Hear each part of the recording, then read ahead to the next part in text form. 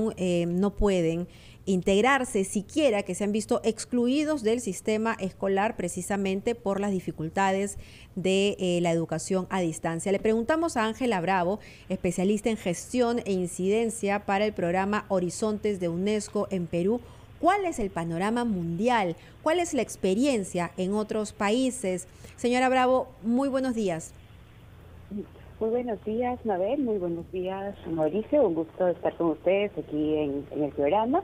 Para nosotros como UNESCO Perú, una de las prioridades principales que tenemos dentro de nuestra agenda de calidad de la educación de cara a los objetivos de desarrollo del milenio es justamente el poder asegurar una reapertura segura, flexible, planificada, pero que nos ayude a poder resolver este tema de estar hoy con las aulas cerradas. Efectivamente, hemos estado haciendo un monitoreo global desde que inició la pandemia. En este monitoreo global nosotros hemos trabajado una mirada bastante clara de poder tratar de hacer una data comparativa entre países que nos ayude a ver el cierre de las escuelas. Parte de esta respuesta ante el COVID nos ha permitido tener un mapa de calor que nos muestra un poco cómo están las regiones, cómo están los países, y en ese sentido también nos da una ruta clara de cómo está el sentido de urgencia en cada lugar para la reapertura. ¿Y cómo está ese mapa? Si bien como vemos en el mapa que ya está en imagen, nosotros pues podemos ver ahí una mirada progresiva de cómo las escuelas abren y cierran a lo largo de la pandemia. En nuestro caso, en Latinoamérica, pues tenemos una región donde la reapertura se ha ido priorizando muy lentamente. Si bien hay algunos puntos que tenemos que tomar en cuenta, a veces sacamos algunas noticias un poco como muy por fuera del contexto, como Perú es uno de los 5 países que no ha reabierto. Esto efectivamente no es así, porque hay varios países que no han reportado su data u otros que están en este momento cerrados por las vacaciones. Es cierto que el Perú es uno de los países más rezagados en el tema de poder asegurar la reapertura. De hecho, ahora a fin de mes, en agosto, se hace el nuevo corte y Perú estaba a punto de pasar a ser uno de los países con el sistema parcialmente abierto, dado las medidas que había estado implementando el gobierno hasta el mes de julio. Aquí creo que lo que se necesita sin duda es mucha información, tanto para padres y profesores, porque el miedo a que los chicos retornen a las aulas es legítimo, ¿no? Estamos en una situación de pandemia. Pero puntualmente, ¿cómo ha sido en otros países? Le pido la comparación con países parecidos al nuestro, ¿no? Porque también sabemos que nuestra infraestructura es precaria. En todo caso, ¿ustedes consideran que los colegios son focos de contagio? No. De hecho, bueno, a inicio de la pandemia, como con todos los temas de salud, no teníamos mucha información y se empezó a difundir mucho la imagen de que los niños contagiaban más, que eran un vector de contagio, por lo tanto hubo una imagen muy negativa sobre la mirada de reaperturar espacios como las escuelas. Sin embargo, con la evidencia que tenemos hoy a la fecha, ya 1 año y medio después del inicio de la pandemia, tenemos mucha claridad de que esto no ha sido un efecto real en las escuelas donde los sistemas han reabierto. Países en los cuales han tenido, a pesar de las condiciones de dificultad, protocolos claros de bioseguridad, distanciamiento, uso de lavado de manos, mascarillas, han asegurado una reapertura sin que tenga esto un impacto fuerte o real en los números o cifras de contagios. Esa es la evidencia que tenemos a nivel global sobre el tema de la seguridad de la reapertura. Sin embargo, lo que creemos es que efectivamente ese es un tema de una discusión que no podemos retroceder hacia abrimos o no abrimos, ¿no? Ya estamos nosotros en una ruta de abrirnos parcialmente, que era lo que iba a reportar el mapa en su actualización. Sin embargo, pues si volvemos a la discusión de abrimos o no abrimos, nos perdemos la oportunidad de planificar ese retorno.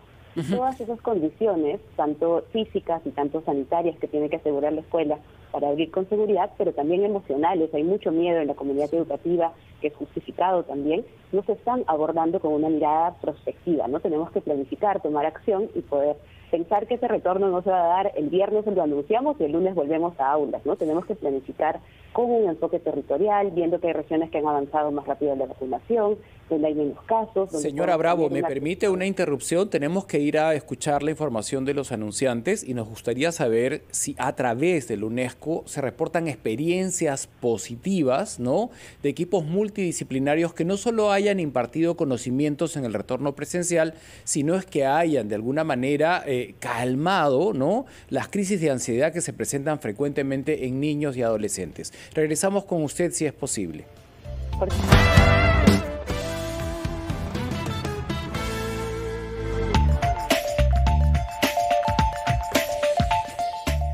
Es algo que nos ilusiona si todos tomamos conciencia de la importancia de la presencialidad en la educación de los niños, ¿no? No es postergable, no es reemplazable con nada, absolutamente con nada. Lo de la teleescuela puede ser un complemento a lo presencial, pero nada va a reemplazar un aula, niños en horizontalidad, con una maestra que los observa, o con un maestro cuyo lenguaje corporal personal orienta al maestro hacia dónde llevar a ese niño según lo que esté atravesando. Y ahí nos queremos detener, Mabel, porque antes de impartir conocimientos en esta época en el planeta, se está priorizando la salud comprensiblemente perdida durante la pandemia. ¿Cómo no validar la ansiedad que tienen los niños, la irritabilidad, el desorden en el sueño, si no han sociabilizado casi en 2 años, ¿no? Entonces, en ese sentido, ¿qué experiencias positivas ha recogido la UNESCO en otros países que puedan ser viables en el Perú? Perfecto, muchas gracias, Mauricio. De hecho, nos gustaría poner un poco el énfasis de que en Perú hay 130.000 servicios de educación básica, de los cuales cerca de 50.000 están habilitados para la reapertura.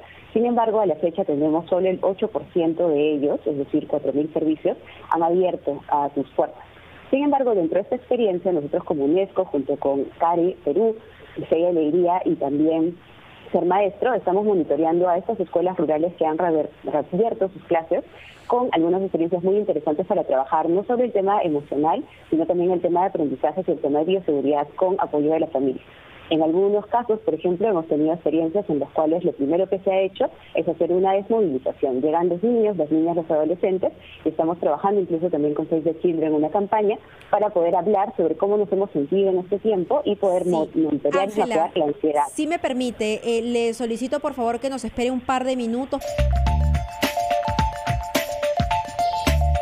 Son las 11 de la mañana con 7 minutos. Continuamos conversando con Ángela Bravo, especialista en gestión e incidencia para el programa Horizontes de UNESCO en el Perú. Necesitamos derribar los temores de los miembros de la comunidad escolar, sobre todo los padres de familia, porque es importante el retorno al colegio de nuestros hijos.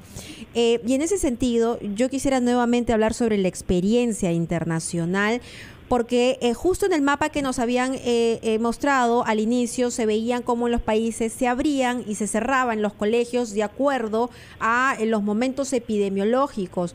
Pero eso no significa que esté mal, más bien significa que se hacen todos los esfuerzos y que con cautela los colegios se cierran cuando se tienen que cerrar. ¿O me equivoco? Le pregunto a Ángela Bravo.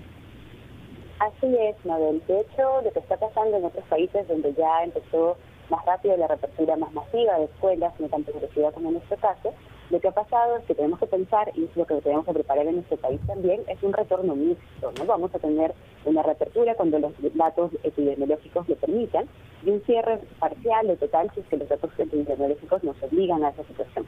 Eso implica que la escuela también pueda prepararse para atender de manera mixta o de manera remota, incluyendo, por ejemplo, proyectos de aprendizaje o trabajando también el Estado en reforzar nuestras estrategias de educación remota, porque vamos a tener un tiempo todavía, como todos sabemos, con la pandemia activa, pero eso no quita la decisión de que se pueda reabrir o no reabrir, que es lo que ha pasado en la mayoría de los países donde ya se ha concretado la reapertura.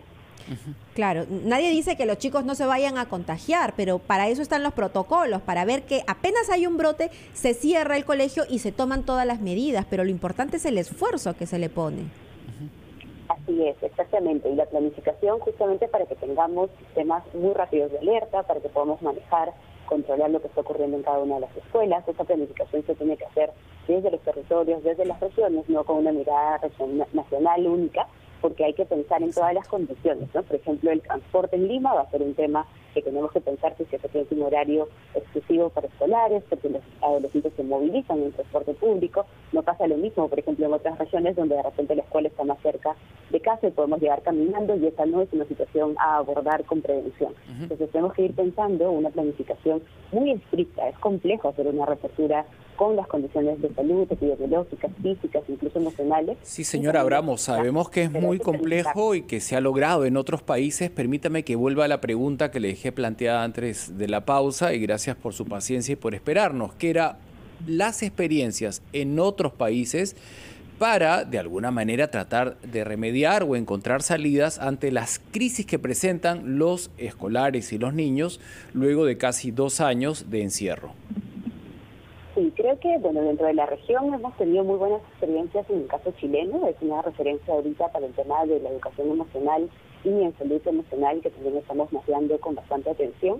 Se incluyó un currículo de habilidades socioemocionales dentro de las políticas del Estado, como parte, así como aprendemos matemática o aprendemos comunicación o otras competencias, se ha incluido un énfasis en el tema socioemocional, justamente para poder revertir 2 efectos de la pandemia. Está el tema de la ansiedad, el temor y el duelo, y está también el tema de la resocialización. Muchos de nosotros estamos en una situación de ansiedad cuando salimos a un espacio público porque hemos estado encerrados mucho tiempo y eso genera temor, ¿no? Entonces, imaginemos en una escuela con muchos niños, con muchas niñas, muchos adolescentes, tenemos que abordarlo de manera técnica, de manera real. Y ese tipo de decisión es la que nosotros tratamos de poner en mesa con esta discusión de la reapertura, ¿no? No podemos seguir pensando si reabrimos o no reabrimos. La pregunta es cuándo reabrimos y qué tenemos que planificar en términos de materiales, capacitación, recursos para poder orientar este apoyo socioemocional, este apoyo a los aprendizajes que se han perdido o afectado en el tiempo de educación remota, pero también tenemos que pensar la mirada de viabilidad, factibilidad de esa educación mixta que vamos a ir teniendo en los siguientes meses. Son muchas decisiones,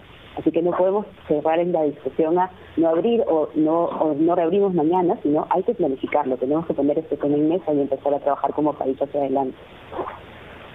Muy bien, y le agradecemos muchísimo a Ángela Bravo y le volvemos a pedir las disculpas del caso. La noticia no se detiene, tuvimos que interrumpir esta conversación tan interesante.